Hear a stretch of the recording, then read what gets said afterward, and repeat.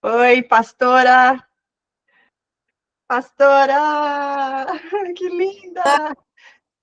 Boa tarde, boa noite. Boa noite, pastora. Obrigada. Mais uma vez, eu estou muito feliz aqui. Estávamos todos te esperando. Seja muito, muito, muito bem-vinda. Que alegria, estou muito feliz também, me sentindo muito honrada por Amém. participar desse webinário. Eu tenho certeza que Deus já fez coisas poderosas nesse dia e é só o começo. É Amém. só o começo.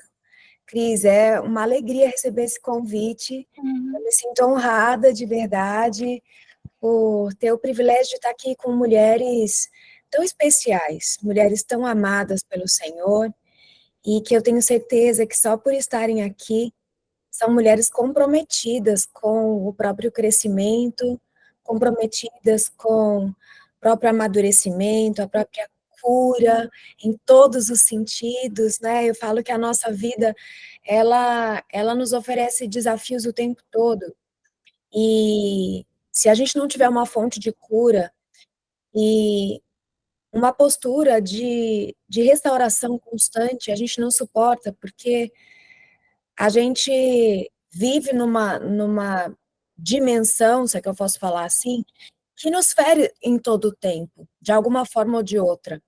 Fisicamente, ou emocionalmente, ou espiritualmente, somos combatidos, todos nós seres humanos, o tempo todo. E se a gente não tiver uma postura de buscar cura o tempo todo, e de se expor a ambientes de cura, como a gente está vivendo hoje aqui, a gente não suporta.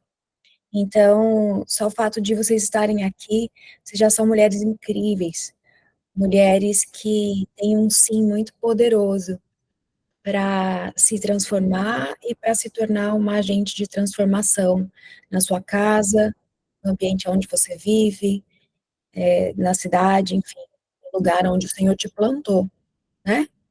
Eu queria muito me apresentar, antes de mais nada, falar para vocês que eu sou a Bianca Toledo, pastora, sou uma discípula de Jesus. Na verdade, Deus me usa de formas diferentes, acredito que vocês também, né, em lugares, cada lugar com uma função diferente, de uma maneira diferente. Como mulheres, acho que a grande maioria aqui, mulheres, somos multifacetadas, né, somos filhas, somos muitas mães, esposas, amigas, mulheres de Deus, com papéis, algumas de grande liderança e influência, seja dentro de casa, ou na empresa, ou na igreja, ou nos seus projetos sociais, né? E eu também sou uma dessas mulheres que sou empresária, tenho uma produtora, uma editora, trabalho em função do ministério, uma escola, amo educação, trabalho formando mentoras, trabalho formando cristãos no ensino da palavra, sou teóloga e me pós-graduei em psicologia e psicanálise, também terapia cognitivo-comportamental. Estou mestrando aqui nos Estados Unidos em Clinical Counseling, que é um aconselhamento clínico, né, que atua também justamente nessa área onde a gente une a espiritualidade e os conceitos dos princípios bíblicos com o conhecimento, né, a ciência da psique, que é a psicologia humana, é aquilo que a gente tem de mais moderno na psicologia. Amo estudar, sou escritora, amo a igreja, sou pastora, por vocação, por amor. E todas as vezes que eu tenho a oportunidade de estar com mulheres, não só para ensinar, mas também para aprender, como hoje eu tenho certeza que eu vou aprender com muitas de vocês, eu estou 100% disponível. Eu conheci a Cris há muitos anos atrás, em uma ministração que eu vim fazer nos Estados Unidos, e em uma noite de muitos milagres, o Senhor me revelou que havia uma pessoa naquela igreja que estava lutando contra um vício, e que ele gostaria de libertar aquela pessoa naquela noite. E, para minha surpresa, a Cris levantou a mão, o Senhor tinha me mostrado que tinha uma pessoa ali que queria muito, mas não conseguia se libertar do vício do cigarro. apesar de amar a Deus, apesar de buscar a Deus, era algo mais forte que ela. E quando ela veio à frente, foi algo muito poderoso, como uma do Senhor, que aquela palavra de sabedoria, de revelação, vinha realmente da parte de Deus. E eu queria que ela contasse um pouco como foi essa experiência, para a gente já começar esse momento falando da grandiosidade do nosso Deus. Apesar de toda a possibilidade que ele nos deu de estudar e de compreender a mente humana, e até mesmo de forma racional, nos aperfeiçoarmos e curarmos umas às outras, a fonte de maior poder inesgotável continua sendo ele. E por mais que a gente se aperfeiçoe na arte de curar as pessoas, ele sempre vai dar um show e fazer o que é impossível para nós. Eu queria que a Cris compartilhasse esse testemunho com vocês, não sei se ela já compartilhou aqui hoje. Pastora, E quanta emoção. você falasse como que você chegou naquele dia lá, né, e como que foi essa experiência, né, eu quero falar muito dos meus milagres também, mas quero muito que você fale do seu. Amém. Obrigada, pastora. Estou muito feliz, muito grata a Deus. Ok, meu filho, muitas pessoas aqui não sabem essa parte da minha vida, eu não vou entrar em detalhes, mas o meu filho nasceu com uma condição de saúde e eu me aproximei de Deus mais buscando essa cura. Eu já tinha Deus no meu coração, mas não de uma forma mais profunda, né? Eu creio que foi através dessa circunstância que isso foi acontecendo. O meu primo, né, ele tem uma esposa, eles moram aqui, e eles sabiam dessa minha busca, dessa preocupação, porque quando é um filho, né, a gente quer ver a cura, e ela falou, olha, pastora Bianca Toledo, eu nunca tinha ouvido falar sobre a pastora Bianca Toledo, e a esposa do meu primo falou, e aí eu vi o seu testemunho, um dos seus testemunhos, né? E eu fiquei encantada. Falei, meu Deus, que milagre! Gente, história de vida dela, o que aconteceu com ela, meu Deus! Como pode? Porque você foi nos hospitais, você falou com os médicos, tem tudo lá, prova de tudo. E eu falei, nossa, gente, isso é real. E testifica em espírito, né? A gente sabe quando vem de Deus, quando é real, quando é verdadeiro. E aí, do nada, eu não estava sabendo também, ela falou, Cris, aí já mudou, tipo assim, já passaram-se anos, eu já sabia do seu testemunho, acompanhando o trabalho, inclusive eu sou também aluna do Método Plena, depois eu falo um pouquinho sobre isso também. E aí, ela falou, pastora Bianca Toledo está vindo, na época você não morava aqui, Uhum. ela está vindo para uma igreja tal. Aí eu falei, eu vou. Só que aquele dia choveu tanto, meu pai e minha mãe estavam junto comigo, inclusive eles estão aqui, mas eu não vou expor eles, mas eles estão aqui, porque você está aqui, eles querem, porque eles sabem o que eu fumava, gente, eu fumava muito, muito mesmo, por conta das feridas que eu nem sabia que eu tinha, então foi, a minha maior vulnerabilidade foi o cigarro, muito mesmo eu fumava, e eu nunca senti que era eu ali, eu tinha vergonha quando alguém vinha tirar foto, alguma coisa. Eu não queria, mas eu não tinha, exatamente o que você falou, eu não tinha força, eu estava buscando, orando a Deus.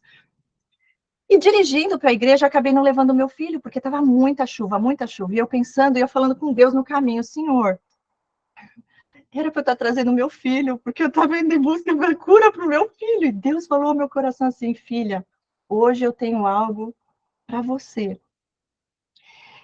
E não é nada do meu ego, não, gente, porque eu não estava esperando. É quando Deus fala com a gente, né? E fui, chegamos na igreja, aquela dificuldade, chuva mesmo, muita chuva. Demorou um pouquinho, atrasou tudo.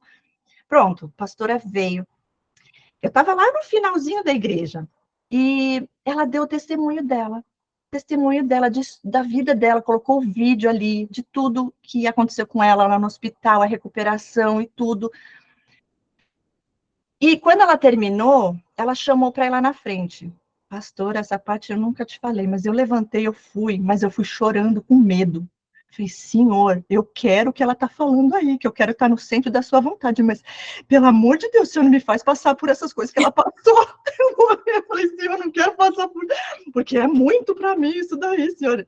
E ela estava, assim, angustiada, com medo, sabe? Mas eu fui indo. Aí ele pegou e falou assim comigo, calma, Espírito Santo agora, calma, fica tranquila, não é porque ela passou por isso que você também vai passar por isso. Sim. Gente, sem brincadeira, quando eu pus o pé ali na frente do altar, Gente, ela não estava pregando nada sobre vícios. Era Uhum. sobre a história de vida dela, o testemunho de cura do que Deus fez na vida dela. Quando eu piso ali na frente, ela fala, alguém aqui com vício. Nossa, juro para vocês, gente, não foi uma coincidência. Eu estava orando pedindo isso para Deus. Eu nunca imaginei que seria aquela noite, que seria através da vida da pastora naquela igreja. Mas eu tinha certeza que era Deus, porque sabe como quando você sente assim, só faltou falar assim, Cristiane, é você, sobe aqui. Só faltou chamar o meu nome, eu sabia que era comigo. Eu não perdi a oportunidade. Quando ela falou alguém aqui, eu já fui a primeira a levantar a mão. E eu fui, subi, aí ela me deu um abraço, gente. Um abraço que eu senti Jesus me abraçando. Eu senti o amor de Deus, o carinho do Senhor. Ela ungiu meus pulsos e começou a orar. Eu não consegui ficar em pé. Eu fui para o Aleluia. chão. Ela desceu ali e ela orou pelos meus pulmões, orou pela minha saúde. E foi muito lindo. E eu estava assim, na hora ela deu o microfone para mim, ela falou, Cris, você quer falar? E tinha um monte de gente que eu fazia pão de mel aqui, né? Eu tenho um business de pão de mel. Hoje eu ensino o curso, a receita, mas eu não. E tinham várias clientes minhas ali, eu estava um pouco constrangida, com vergonha de falar que eu fumava, sabe? Eu falei, você quer falar, né? Me deu o microfone. Eu, não, só falei para a pastora mesmo, que era vício no cigarro. Pronto. Fui, sentei, voltei para o lugar. Eu tenho até hoje guardado aqui comigo, gente, esse vestido que foi... Gente, é algo de Deus, não vem de mim. Primeiro que essa cor não é uma cor que eu uso nunca, porque não tem nem não é da minha cartela. Quem já fez a cartela de cores? Eu sou muito branquinha e loira, eu fico super apagada, essa cor não é da minha cartela. Eu não sei porque, Deus me fez comprar esse vestido dessa cor, nada a ver comigo, não é o meu estilo, e eu fui com esse vestido. E aconteceu tudo o que aconteceu, eu voltei para casa, nunca mais eu usei o vestido, gente. E eu ia doar, porque não é o meu estilo, entende? E Deus falou assim: guarda, guarda, guarda o vestido. Isso Uau. já fazem anos, e eu guardei, tenho até hoje guardado no meu Anos, quarto. mais de 10 anos, né, Cris? Bem mais de... Eu creio que sim, pastor, eu creio que sim. Talvez meus pais lembrem, mas sim, mais de 10 anos agora parando para pensar. Bom, resumindo a história, Nunca mais fumou. nunca mais eu não tive abstinência. Agora, eu vou falar uma coisa. Deus faz aquilo que a gente não pode fazer, Ele escuta nossas orações, mas eu também tive que tomar uma decisão, porque a hora que eu voltei, eu sentei no banco da igreja de volta, eu pensei assim, eu posso voltar para casa e acender mais um cigarro e continuar aquela mesma vida, aquele mesmo ciclo de vício, ou eu posso entender que isso aqui não foi por acaso, que foi Deus, porque realmente é como se tivesse, só faltou chamar o meu nome, eu sabia que era comigo, eu não ignorei aquilo, eu tomei posse, nunca mais eu coloquei um cigarro na minha boca, nunca mais eu tive vontade, eu não tive abstinência, eu não tive nada, para honra Aleluia. e glória do Senhor. E um carinho muito especial que eu tenho pela pastora, porque ele usou a vida dela como instrumento dele para que essa cura e libertação acontecesse na minha vida. Depois de tanto tempo, eu fumava desde os meus 14 anos. Hoje, Uau. hoje eu estou com 48, vou fazer 48. Então, é realmente um milagre de Deus aquilo que aconteceu, e eu estou muito feliz de ter você aqui, é um presente do Senhor para as nossas vidas. Quantos cigarros você fumava por dia, Cris? No começo era um por dia, aquela coisa de amiga, vamos dividir a um maço. Depois, no final, quando eu ia para as baladas, então, que eu bebia junto, que eu ia com as amigas, com os amigos, que nem dormia, virava à noite, nossa, mais de um maço e meio, quase dois. Mas não era todos os dias, mas normalmente um maço por dia, assim, era o Quando normal. você foi liberta, que Jesus te libertou, você fumava uns 2 maços. É, quase isso. Mas Quase. por dia, um maço por dia, assim, É muito, né? é muito, 20 cigarros por dia, aham. Se a gente for pensar com relação, cientificamente falando, né, o que significa esse vício, tanto na questão comportamental, né, na questão do transtorno de ansiedade, quanto na questão química, né, é uma mudança muito marcante, assim, repentina, que eu acho que somente Deus mesmo Sim. intervir de uma maneira tão decisiva, né? Sim, pastora. E eu já tinha tentado várias vezes com o PET, com o cigarro de nicotina, e eu sempre voltava. Entende? Então, assim, quando foi Deus, não tive nem abstinência. Eu acho tão maravilhoso a gente começar essa palestra com o depoimento da Cris, porque a gente já parte pelo princípio de que o nosso Deus é um Deus de milagres. Amém. É um Deus realmente sobrenatural. E eu gostaria de dizer que não é porque ele é tão incrível assim que ele nos exime de alguns posicionamentos e uma participação nossa na nossa restauração, na nossa cura, e principalmente no cuidado com as nossas emoções. E muito do que eu quero compartilhar hoje com vocês é sobre isso. O Senhor nos fez corpo, alma e espírito. Eu perguntei para a Cris se todas as mulheres aqui eram mulheres cristãs ou que creem em Deus. Ela falou que sim, então eu posso naturalmente falar sobre experiências com Deus, sim ou não? Se sim, coloca uma mãozinha assim,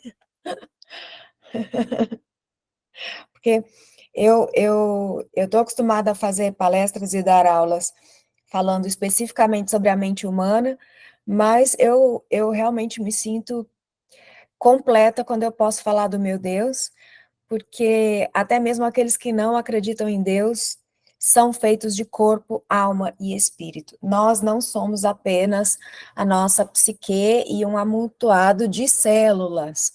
Nós somos, sim, formados imagem e semelhança de Deus para cumprir um propósito. Somos obra-prima do Criador.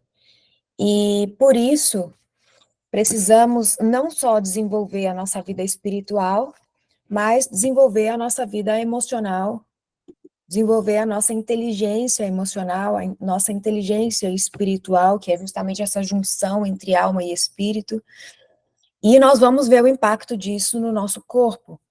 A gente pode usar o exemplo da Cris, de como acontecimentos na nossa vida pessoal, talvez até a própria ansiedade, você vê que ela estava orando pelo filho, vivendo um dilema, buscando, nós mulheres temos essa tendência, muitas vezes, a nos anularmos para buscar pela cura de alguém, pela transformação de alguém, e às vezes a gente esquece da gente mesma, e eu acho que esse exemplo é lindo, porque ela estava ali buscando a Deus pela cura do filho, e o Senhor falou assim, opa, ó, eu estou olhando para você também, viu? Eu sei que você está lutando pela tua família, lutando pelo teu filho, lutando talvez por outras pessoas, mas eu enxergo você. Então, eu queria que hoje a gente tivesse essa palavra bem marcante no nosso coração, o Senhor dizendo para nós, eu enxergo você. Eu enxergo você. Eu sei como você se sente, eu sei o que você tem passado, e sei o quanto você luta para ajudar pessoas e servir pessoas, mas agora o meu interesse é em você. Então, eu creio que Deus hoje está falando com cada uma de vocês, Camila, Miraci, Josilda, Solane, Rosângela, todos, Nalva, Andréia, Kátia, eu estou olhando para você. Eu estou olhando para você. Jânia, Jussara, são centenas, né? Não consigo, gostaria de citar todas, Zuleika, Valéria, Tânia, Sônia, Yara, muitas e muitas mulheres aqui. O Senhor está dizendo, eu me importo com você. Talvez você esteja querendo ser uma pessoa melhor para ser uma esposa melhor. Talvez você esteja querendo ser uma pessoa melhor para ser uma mãe melhor, para ser uma profissional melhor, para ser uma serva de Deus melhor. Ou aqui os homens que estão aqui também. Eu preciso mudar porque eu tenho que ser melhor para as pessoas. Mas Deus está te dizendo que Ele quer que você receba algo poderoso da parte dEle hoje para que você seja melhor para você mesma. Ele se importa com a forma como você se sente e principalmente com a forma como você se enxerga.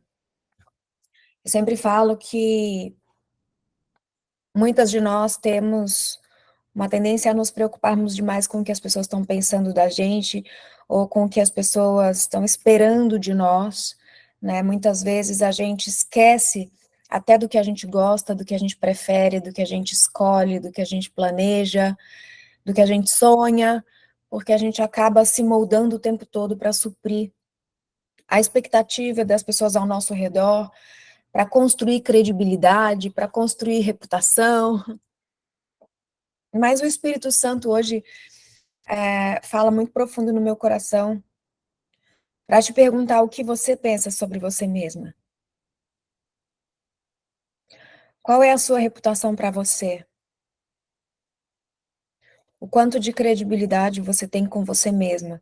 O quanto você acredita naquilo que você se propõe a fazer, construir e se tornar? Talvez esse seja o pilar mais importante da sua vida. O que eu penso sobre mim? Porque muitas vezes a gente se molda, a gente até se mutila algumas vezes para se encaixar na vida das pessoas. Mas a gente olha para dentro da gente e pensa assim, eu não tô feliz. Muitas vezes você se esforça demais para tentar se enquadrar num sistema religioso, num sistema familiar, num sistema profissional.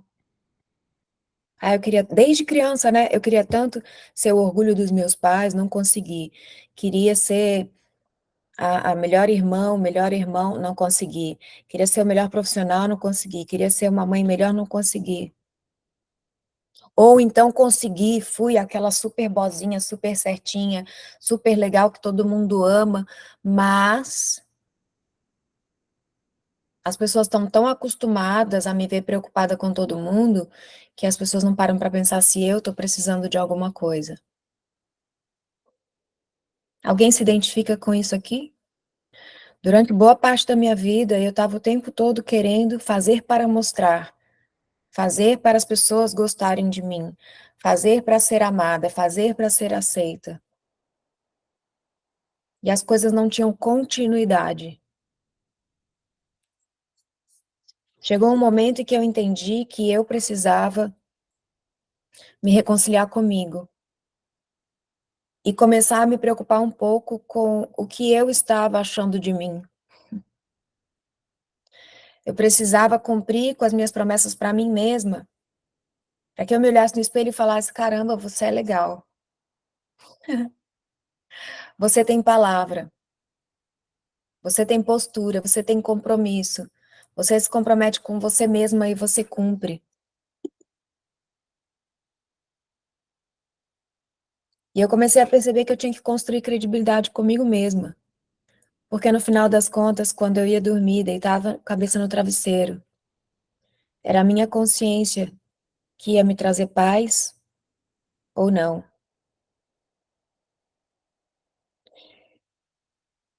Jesus uma vez falou para os discípulos que eles podiam ganhar o mundo todo, mas isso não ia adiantar nada se eles perdessem a própria alma. E às vezes eu acho que muitas mulheres ficam tentando agradar todo mundo o tempo todo, mas elas se perdem dentro de si mesmas. Elas se perdem dentro de si mesmas. Porque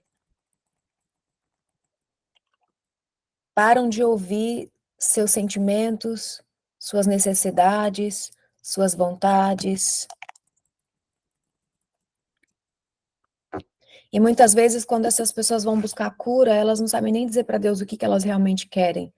Simplesmente ter fé não é suficiente. Crer que Deus existe não é suficiente. Eu preciso acreditar que Ele me ama, que Ele me formou de forma única, que Ele tem um plano individual para a minha história, que é diferente do plano que Ele tem para a vida de qualquer outra pessoa. E a qualquer momento da minha trajetória, Ele está pronto para interferir nos meus planos e fazer de fato o que Ele quer e não aquilo que eu imaginava que queria.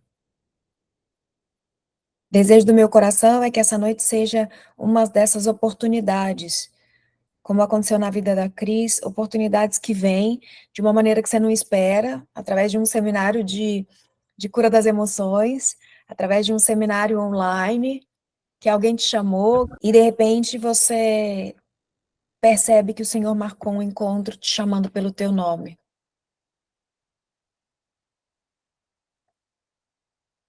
O Senhor marcou um encontro com você te chamando pelo teu nome. Eu vou compartilhar algumas ferramentas importantes de gestão emocional aqui hoje, mas mais importante que tudo isso, é ser como uma boca de Deus aqui, porque o Senhor encontrou comigo de uma forma muito sobrenatural. E eu não sei se todas vocês conhecem o meu testemunho, que a Cris citou aqui, mas eu gostaria de resumir ele um pouquinho. Aos 16 anos eu me converti, e falando um pouco agora sobre essa estrutura tricotômica, né, do ser humano, a gente chama de tricotomia dentro da teologia, essa divisão que nós temos em cada um de nós, que é corpo, matéria, alma, que é pensamento, sentimento e decisão, tá? A alma é sua mente. Na sua mente estão seus sentimentos, seus pensamentos e as suas escolhas. E espírito, que é a vida de Deus em você, é aquilo que você possui de eterno, tá? É a tua identidade invisível em Deus, que é ativada quando você se conecta com Ele, tá? Aos 16 anos eu conheci a Deus e o meu espírito foi conectado com Ele pela primeira vez. E quando isso aconteceu e eu passei a ter uma vida espiritual, a minha vida emocional estava destruída. Isso me gerou uma série de transtornos, de compulsão, de irritabilidade, de fobia social, de depressão, isso criança ainda. Então eu conheci Jesus aos 16 anos através do convite de uma pessoa para ir a um culto. E naquele dia eu tive um encontro muito profundo assim com Deus. Eu orei e senti que Deus estava ali naquele lugar, que Ele tinha me chamado naquele lugar, porque Ele queria me resgatar, me salvar e se apresentar para mim. Eu tinha uma ideia de Deus dentro da Igreja Católica muito distante, mas eu amava muito Jesus mesmo sem conhecer. Mas naquele dia foi diferente porque é como se eu ouvisse falar dele, mas naquela noite eu conheci, porque eu ouvi a voz dele falando dentro do meu coração: eu te amo. E o amor para mim era uma incógnita, porque muitas vezes a gente cresce num ambiente onde você escuta eu te amo, mas você não vê o amor na prática. Porque você se sente rejeitada, você se sente humilhada, você se sente abandonada, você se sente negligenciada, ou você se sente ignorado. Eu sempre falo que a gente tem 5 tipos de ferida na infância, né? A rejeição, o abandono, a traição, a injustiça e a humilhação. A grande maioria das crianças, até os 7 anos, já passaram por algum tipo de situação em que envolvia uma dessas 5 feridas. Você pode fazer essa reflexão rapidamente na sua história. Seja de propósito ou não, ou porque alguém te feriu propositalmente ou sem querer, mas a grande questão é que feriu. Seus pais não divorciaram para te maltratar ou para te fazer mal, mas se eles divorciaram, te fez mal. Então você tem uma ferida de abandono, tem uma ferida de rejeição, por quê? Porque o problema deles te afetou. Você ficou sem pai ou você ficou sem mãe. Enfim, cada um com seu repertório aí de feridas e de traumas, mas a grande questão é que muitos de nós não sabíamos como reagir quando éramos criança. A gente, na verdade, não sabíamos nem o que estava acontecendo muitas das vezes, mas a gente foi deduzindo coisas a nosso respeito, como, por exemplo, se eu estou me sentindo rejeitada é porque eu não sou boa o suficiente. Se eu estou sendo agredida, é porque eu não sou boa o suficiente. Ou é porque eu sou chata, ou é porque eu sou indesejada, ou porque eu estou no lugar certo, no lugar errado, na hora errada. Meu pai ou minha mãe tem um filho preferido, ou eu perdi os meus pais porque eu não fui uma boa menina.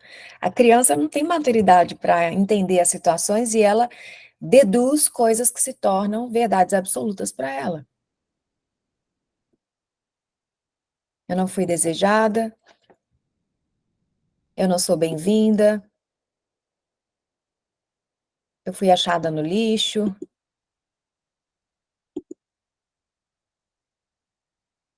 ou, enfim, situações inúmeras, como em situações de abuso sexual, Ah, me falaram que fui eu que quis, mas eu só tinha 5 aninhos, como assim? Ah, mas falaram, eu acreditei. Cresci me sentindo impura, cresci me sentindo impuro, culpado. E a verdade é que muitas vezes a gente vai colecionando traumas e feridas que nos fazem sentir de formas muito ruins. A nossa credibilidade, voltando ao que eu falei no início, para nós mesmos é destruída, porque a gente, sem perceber, inconscientemente, acredita que todo mal que aconteceu com a gente, no fundo, foi culpa nossa.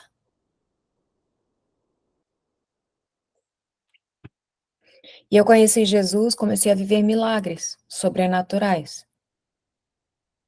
Já nos primeiros cultos que eu fui, a depressão foi embora, a ansiedade foi, assim, diminuiu acho que 80%, os pensamentos de morte foram embora. E aos poucos, ao conhecer o amor de Deus, eu comecei a perguntar para ele como que ele conseguia me amar. Todos nós, em algum momento da nossa história, vamos estar sentados em um banquete de consequências. Mas a gente não para pensar que as nossas atitudes no decorrer da vida, muitas vezes,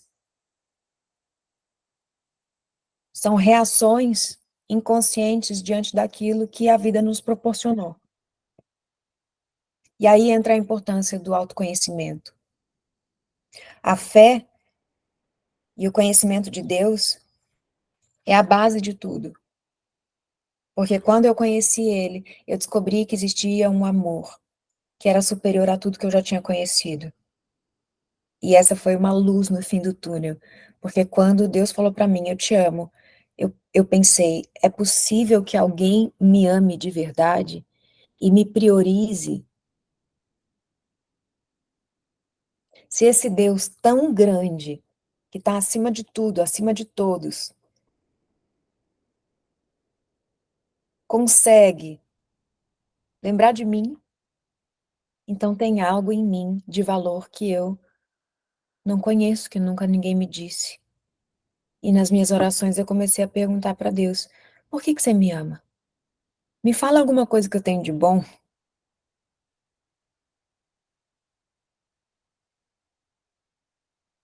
Na minha adolescência eu perguntava para ele: o que eu tenho de bom? Me fala como que você me vê. E olha que interessante, nas minhas orações o Espírito Santo ia falando comigo. Ele me respondia, me mostrando características especiais que eu tinha e que nunca ninguém tinha me falado. E eu comecei a querer passar a maior parte do meu tempo dentro da igreja, porque era o único lugar aonde eu sentia que eu tinha referências equilibradas de vida. Eu via famílias que se respeitavam, eu via casais que eram felizes. Eu estava num ambiente onde as pessoas não se ofendiam, as pessoas não desejavam mal umas para as outras. Então eu comecei a desejar estar ali o tempo todo. E de fato, eu comecei a ministrar no louvor, eu comecei naquele lugar ali, eu sentia que eu tinha algum valor. Eu comecei a identificar talentos que eu tinha, que eu não tinha, conhecimento, que eu não admirava. Eu até sabia que eu tinha alguns talentos, algumas capacidades, mas de repente eu conheci um lugar aonde eu era celebrada, onde as minhas qualidades eram bem-vindas, um lugar de saúde emocional. Porém, simplesmente dizer que você perdoa determinadas pessoas não faz com que a cura seja completa no que diz respeito às sequelas que ficaram em você. Consegue entender isso? E muitas vezes aquilo que você aprendeu através daquelas experiências traumáticas pode ter ficado em você até hoje. É como se lá no fundo você, às vezes, nos momentos de desafio, você pensa, eu não tenho valor.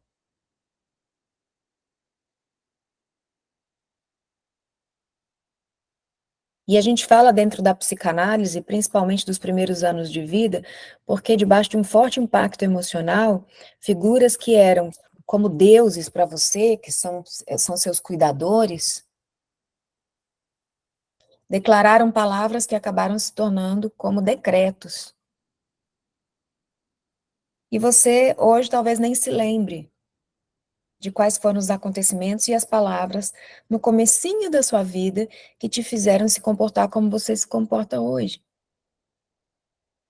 E é interessante que a Bíblia, que é o livro mais incrível, profundo e cheio de sabedoria que já existiu, lá em Salmos, no Salmos 139, ela mostra que Davi já tinha ideia que nós tínhamos uma boa parte da nossa mente inacessível. 95% da nossa mente é inconsciente. Memórias que a gente preferiu bloquear para conseguir administrar o presente. E ele fala para Deus: sonda-me, Senhor. Lá no versículo 23 e 24 do Salmo 139. Sonda-me, Senhor. Investiga a minha alma, ou seja, pensamento, sentimento e decisão. Vê se há em mim algum caminho mau. Vê se há em mim algo que eu acredito a meu respeito que está errado. Vê se há em mim alguma reação ainda inconsciente que seja desproporcional à realidade, como se eu tivesse aprisionada naquele trauma, naquela experiência, naquele abuso, naquela rejeição, naquele susto, naquele medo, e me guia pelo caminho eterno. Davi estava falando ali para Deus: seja meu psicanalista, interpreta meu inconsciente, sonda o meu coração, visita as memórias que eu mesma não tenho acesso, que eu mesma não tenho acesso, e me desbloqueia, me cura, me restaura, me revela. Jeremias 17, versículo 9 e 10, ele fala assim: enganoso é o coração do ser humano. Milhares de anos atrás, o Espírito Santo já iluminou alguns homens e mulheres de Deus para entender que existe uma incoerência dentro da gente, entre o que a gente gostaria de fazer e não faz, e o que a gente não gostaria de fazer e a gente faz, por falta de autoconhecimento. Porque muitas vezes não nos apropriamos plenamente dessa chance que a gente recebeu em Cristo de edificar a nossa identidade com uma nova mente, uma nova mentalidade que Paulo chama de metanoia. E a gente vai chegar lá. Por que eu estou contando tudo isso? Porque faz parte da minha trajetória de vida. Eu comecei a conviver dentro da igreja e acreditar que porque eu tinha perdoado tudo, eu tinha mudado de cidade, eu tinha mudado o contexto da minha vida, eu já pensava diferente, eu me vestia diferente, eu agia diferente, então a minha vida era 100% diferente, mas eu ignorava alguns padrões inconscientes. E quando eu falo que às vezes a gente age de uma maneira que a gente não entende o porquê, é porque às vezes aquilo que você assistiu na sua casa quando você era criança te marcou tanto. De repente, vou dar aqui um exemplo, tá? Você viu seu pai batendo na sua mãe, você viu seu pai enchendo a cara, você viu seu pai traindo a sua mãe. Ele falava uma coisa para ela, mas depois não era verdade. E aí você, anos depois, superou, não lembra mais, já passou, já foi, tá tudo bem, nananã. Você casou. Você casou com um cara que não é nada disso. Mas você tem um ciúme que você não consegue explicar. Ele fala uma coisa que você não acredita. Você precisa controlar o tempo todo onde ele está, o que que ele está fazendo, com quem que ele está, e você não sabe por que que você age assim. Mas é óbvio que as experiências marcantes e traumáticas da sua infância te configuraram para agir como se você tivesse na casa onde você foi criada e não na que você está hoje.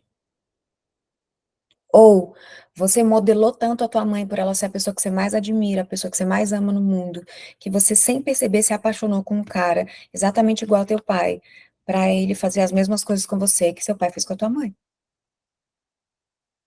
Outro formato de lealdade sistêmica. E se você não tem conhecimento sobre isso, você está dentro da igreja, você vai falar assim, que foi o diabo.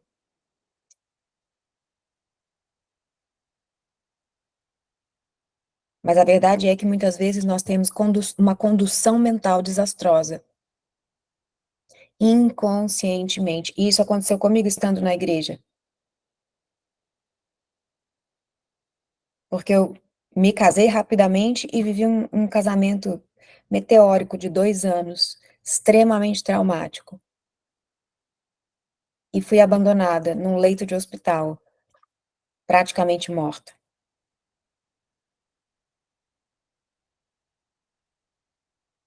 Por que que isso estaria acontecendo comigo se eu orava tanto, se eu buscava tanto a Deus, se eu já estava há 15 anos na igreja, vivendo a vida dos sonhos, comparado com a vida que eu vivia antes? Algo dentro de mim ainda estava em oculto. Memórias que eu não queria visitar, sentimentos que eu não queria assumir, uma vulnerabilidade que eu não queria mostrar.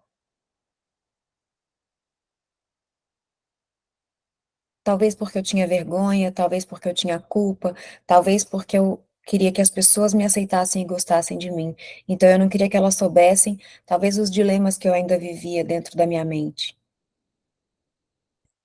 E hoje Deus está falando para você: para de se esconder, porque isso só atrasa o seu processo.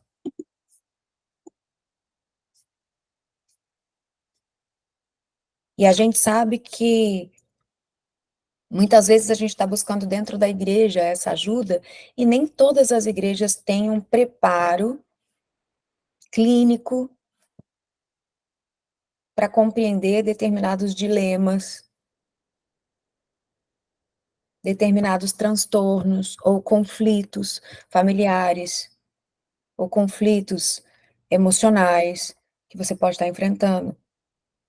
Por isso, eu acredito, eu estou estudando para isso e eu defendo a ideia de que nós precisamos de conselheiros clínicos, cristãos, precisamos de aconselhamento cristão que tenha preparo para lidar com vícios, depressão, transtorno de dependência emocional.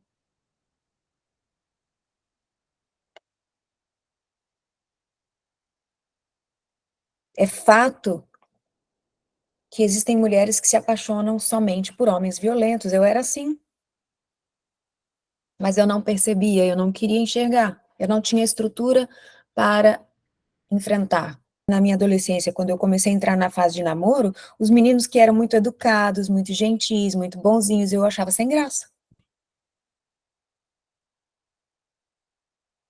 Mas aqueles que eram mais agressivos, mais fechados, mais arrogantes, ou mais bad boy, eu achava interessantíssimo. Quem aqui se identifica?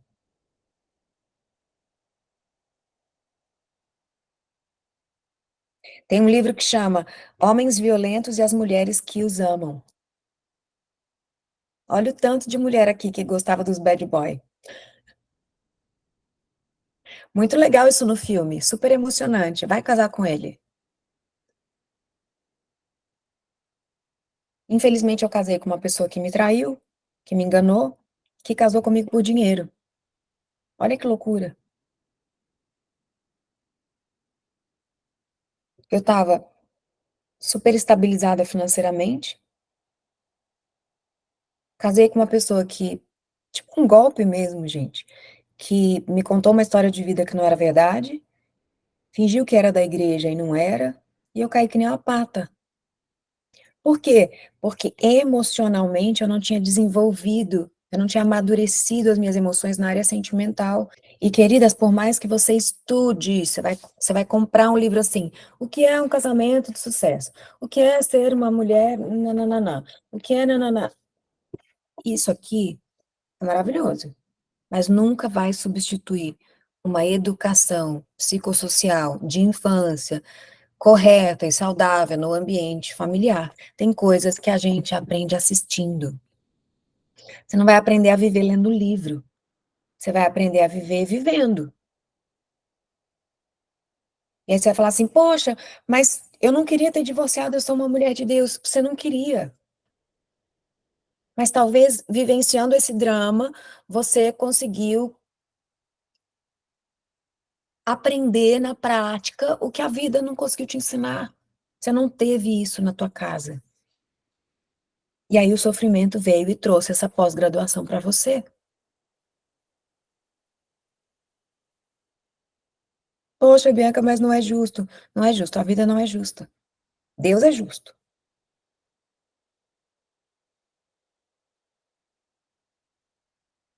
Vão ter casamentos que vão ter restauração? Vão. No meu caso, eu tive a capacidade de escolher coisa que não tinha solução, entendeu? Não era um probleminha. Eu tinha uma atração por pessoas que não têm solução. Para quem estuda sobre psicologia, estuda sobre a psicanálise, a psiquiatria, sabe que existe uma porcentagem de pessoas que tem um transtorno de personalidade, um deles é o transtorno narcisista,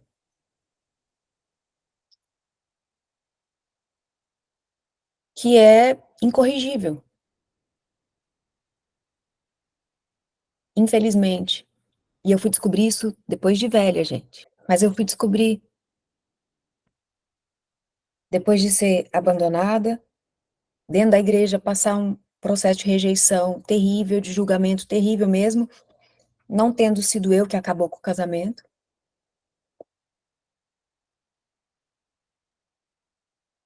E depois repetir a mesmíssima história. Casando com alguém que me apresentaram, que falaram que todo mundo achava demais, que era o que a comunidade esperava de mim.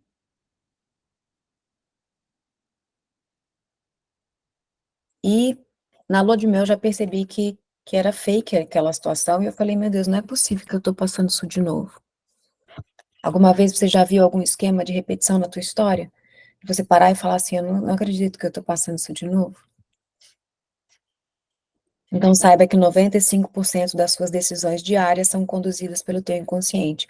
Ou você abre essa caixinha e descobre o que que tem nesses 95%, ou você vai o tempo todo chorar em cima de consequências de atitudes que você nem sabe por que que você teve. E foi quando, depois de ter escolhido a teologia como área de estudo, eu fui para a psicologia para unir as duas coisas. Eu falei, eu tenho que descobrir o que que aconteceu na minha história, que eu me apaixono pelas pessoas erradas, que eu deixo as pessoas erradas se aproximarem de mim, eu deixo elas destruírem minha vida, e depois ainda fico constrangida dizendo, eu não vou falar mal do fulano, não, eu não vou dizer o que o fulano fez.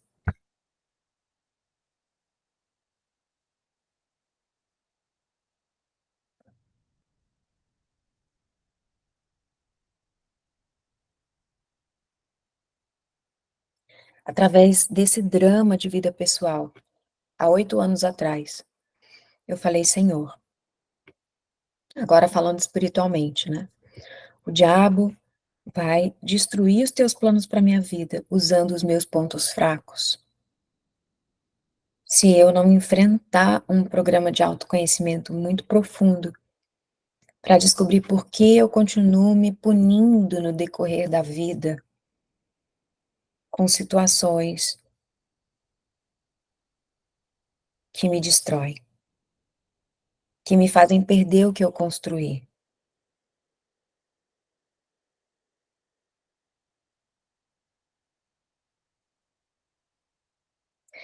E o Senhor falou, filha, pare de viver para os outros. Eu te amo. Vamos construir uma história juntos. O tempo todo você para o que você está construindo com Deus para fazer o que as pessoas esperam de você. Já percebeu isso?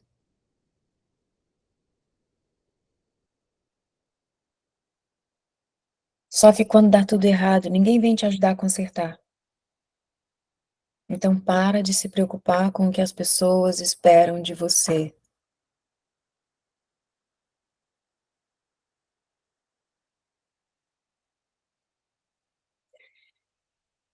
Com essa construção de restauração, essa construção de consciência, eu fui atrás da psicanálise, eu fui atrás de fazer terapia, mas mais profundo, né?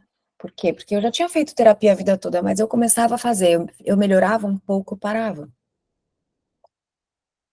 Mas existem alguns lugares que você tem que acessar lá dentro, que demoram um tempo.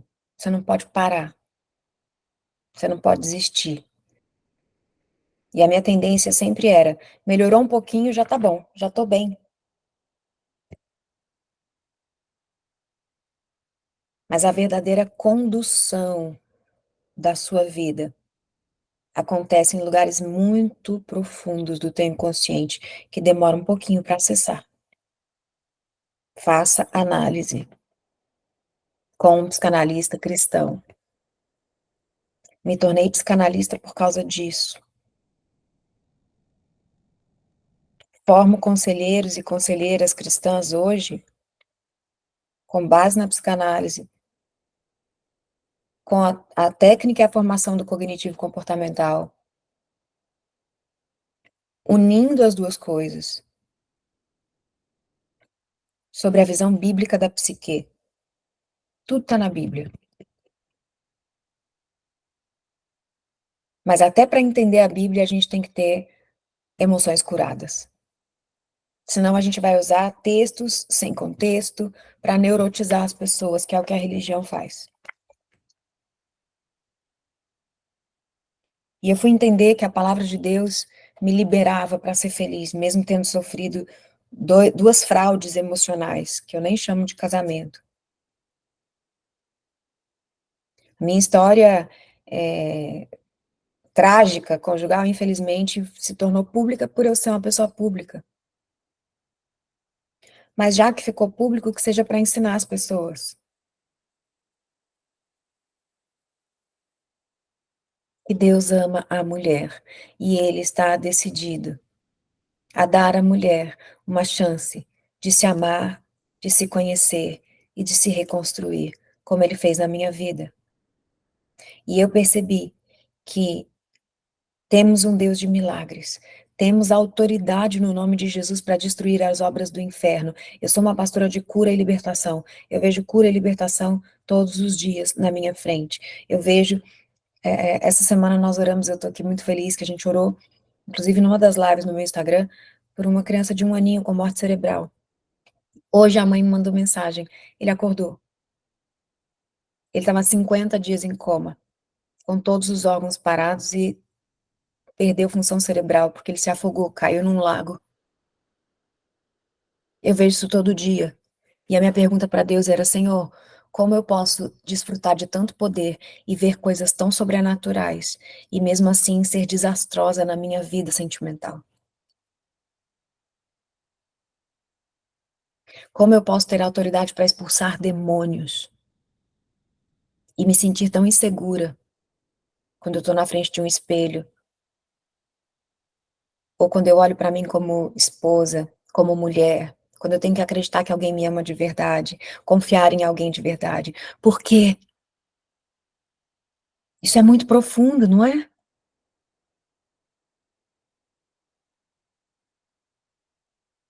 O nosso Deus não é um Deus incoerente, ele não faz nada incompleto. Eu decidi perseguir a minha cura.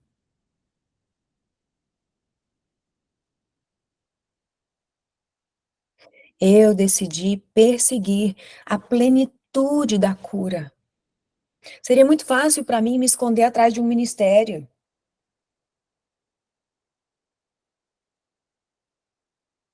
Não, olha só como Deus me usa na pregação da palavra, olha só como Deus me usa na manifestação dos dons.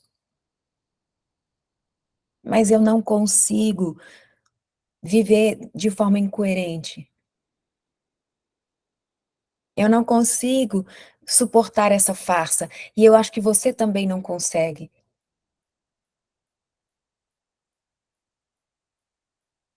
Tem 8 anos que eu decidi hackear minha alma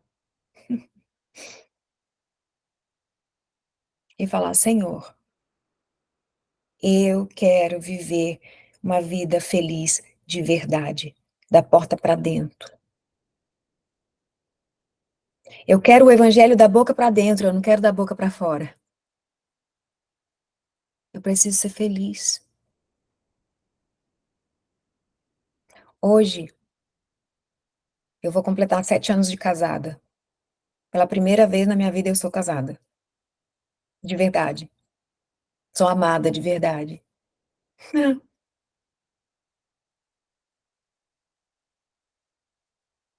Eu tenho 45 anos, mas a minha vida afetiva é como se eu tivesse 20 e pouco. Porque eu não amadureci essa área da minha vida, e você vai ver pessoas, você vai ver altas executivas, você vai ver juízas, você vai ver mulheres com alto impacto de liderança, que não tiveram amadurecimento afetivo. Mas Deus também quer curar isso na sua vida. Deus queria me fazer feliz nessa área também. E eu precisei me permitir viver isso. Tirar a capa de Mulher Maravilha e falar: se eu tiver que dar até 10 passos para trás, eu vou, para construir o que é fundamental para mim.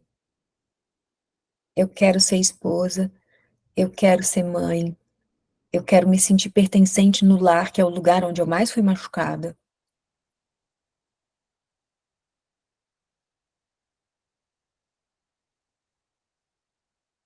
E quero ser humana.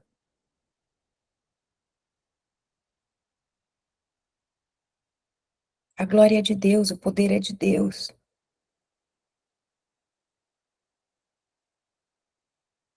Mas é necessário uma busca contínua. E o texto que Deus me fez lembrar hoje foi da mulher hemorrágica, porque lá em Lucas, no capítulo 8, a Bíblia fala que, posso ler esse texto? Quando Jesus voltou, uma multidão recebeu ele com alegria. Todo mundo estava esperando ele. E um homem chamado Jairo, dirigente da sinagoga, veio, se prostrou aos pés de Jesus, implorando que fosse até a casa dele, porque sua filha única tinha morrido. Jesus começou a ir em direção à casa de Jairo, e aquela multidão comprimia ele. E estava ali uma certa mulher que tinha 12 anos, que tinha uma enfermidade grave, estava sofrendo com uma hemorragia, já tinha gastado tudo que ela tinha com os médicos. Eu acho muito interessante,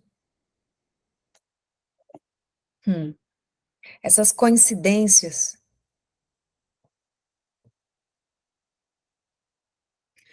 A filha de Jairo tinha 12 anos e a mulher hemorrágica estava há 12 anos sofrendo de hemorragia.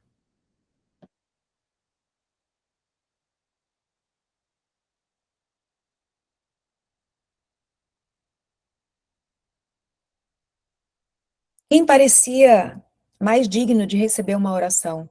Aquela criança,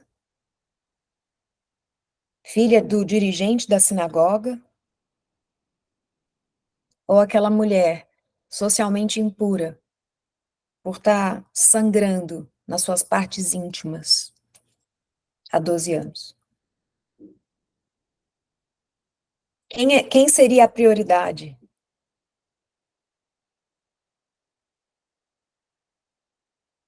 Muitas vezes nos excluímos do agir de Deus, porque achamos que outras pessoas merecem mais do que a gente. Deus não te vê como o mundo te vê.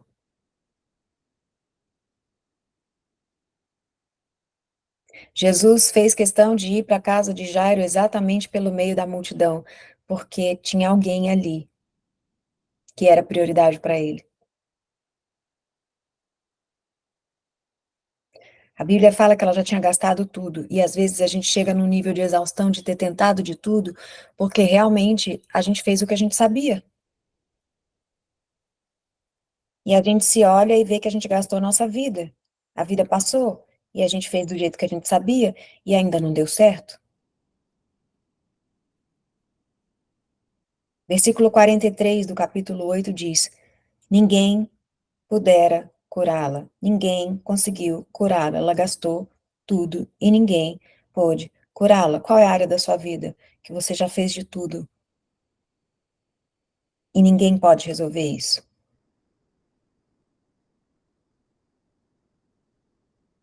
E o texto deixa claro que Jesus possuía o que ela precisava, mas ela precisou participar disso. Ela chegou por trás dele e tocou na borda do manto. Na mesma hora cessou a hemorragia. Na mesma hora. E ele disse: Quem tocou em mim? Pedro olhou para ele e falou: Mestre, a multidão se aglomera e te comprime. Como assim você pergunta quem tocou em você? Tá todo mundo encostando em você. E ele falou: Alguém tocou em mim, e eu sei que de mim saiu poder. É importante lembrar que a cultura judaica daquela época proibia a mulher de se aproximar dos homens e a mulher hemorrágica não podia tocar em ninguém, porque se uma pessoa fosse tocada por uma mulher hemorrágica, ela era apedrejada, ela era tida como impura.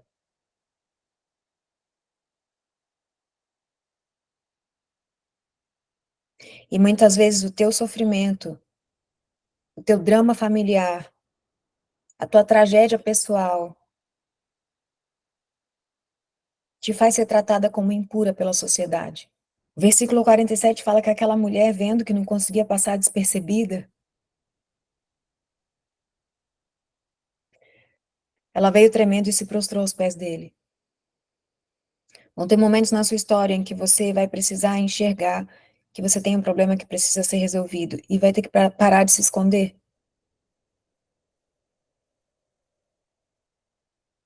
Toda dor serve para despertar a nossa consciência. Se você tem uma dor hoje, ela está na sua vida para despertar a tua consciência. E às vezes a gente quer ser curada sem ninguém ver. Presta bastante atenção nessa chave. Às vezes a gente quer ser curada sem ninguém ver. E Jesus podia simplesmente ter deixado passar despercebido. Mas ele falou: Alguém me tocou.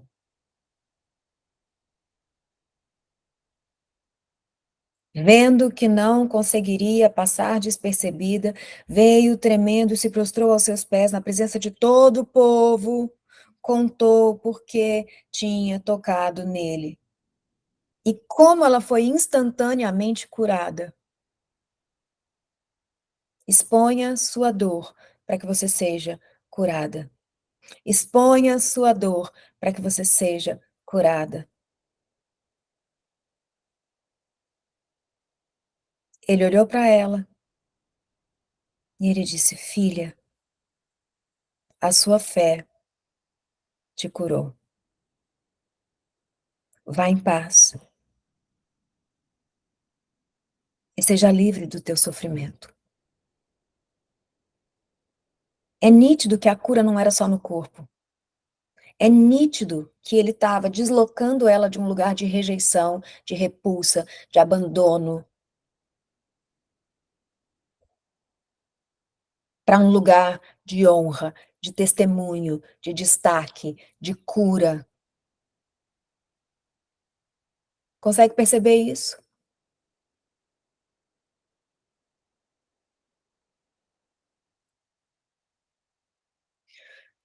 Quais foram as principais chaves?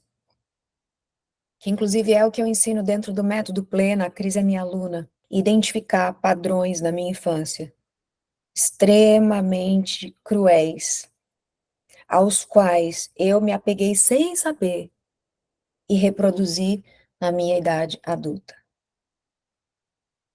Conviver com narcisistas bipolares é extremamente traumático. E na grande maioria das vezes, eles vão te convencer que o problema é você. E o problema é quando você acredita.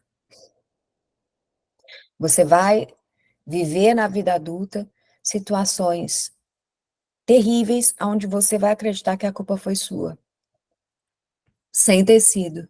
Eu encontro todos os dias centenas de mulheres vivendo debaixo de uma pena injusta, por não descobrir que não precisam passar por isso.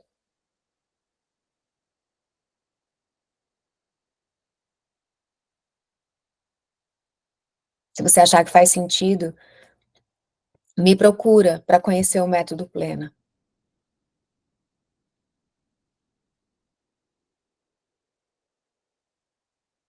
A cura do transtorno de dependência emocional é algo maravilhoso. A mulher samaritana vivia um ciclo de repetição já pela 5ª vez. Quem conhece esse texto? João 4.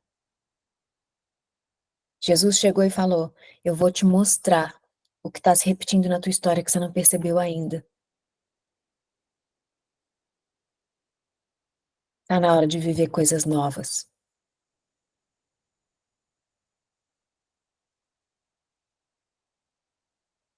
Essa libertação não é algo moderno, não, está na Bíblia. A questão é que muitas vezes a religiosidade, a ignorância humana, mantém as pessoas aprisionadas em sistemas neuróticos. Seja livre.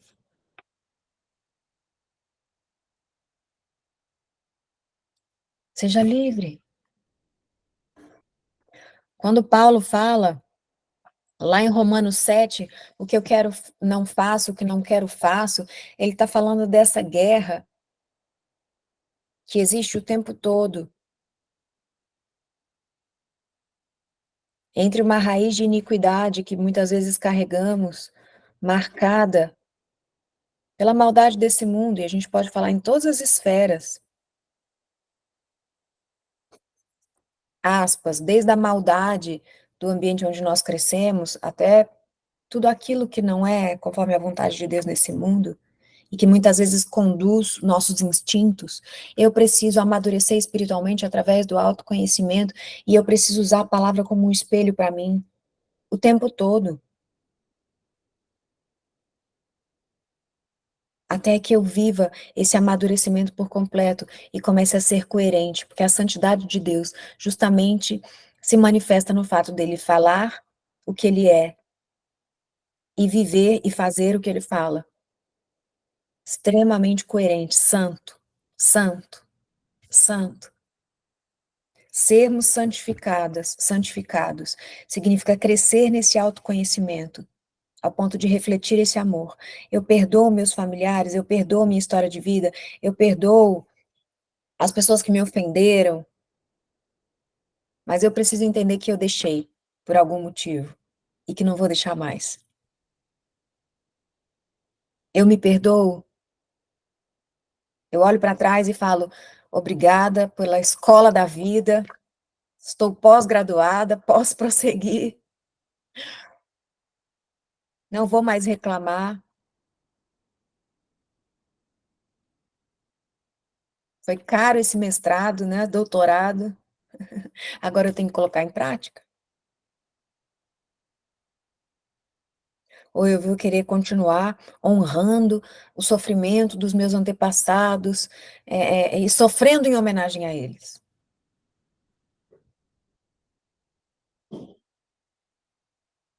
Deuteronômio diz, coloco diante de você a bênção e a maldição. Escolhe.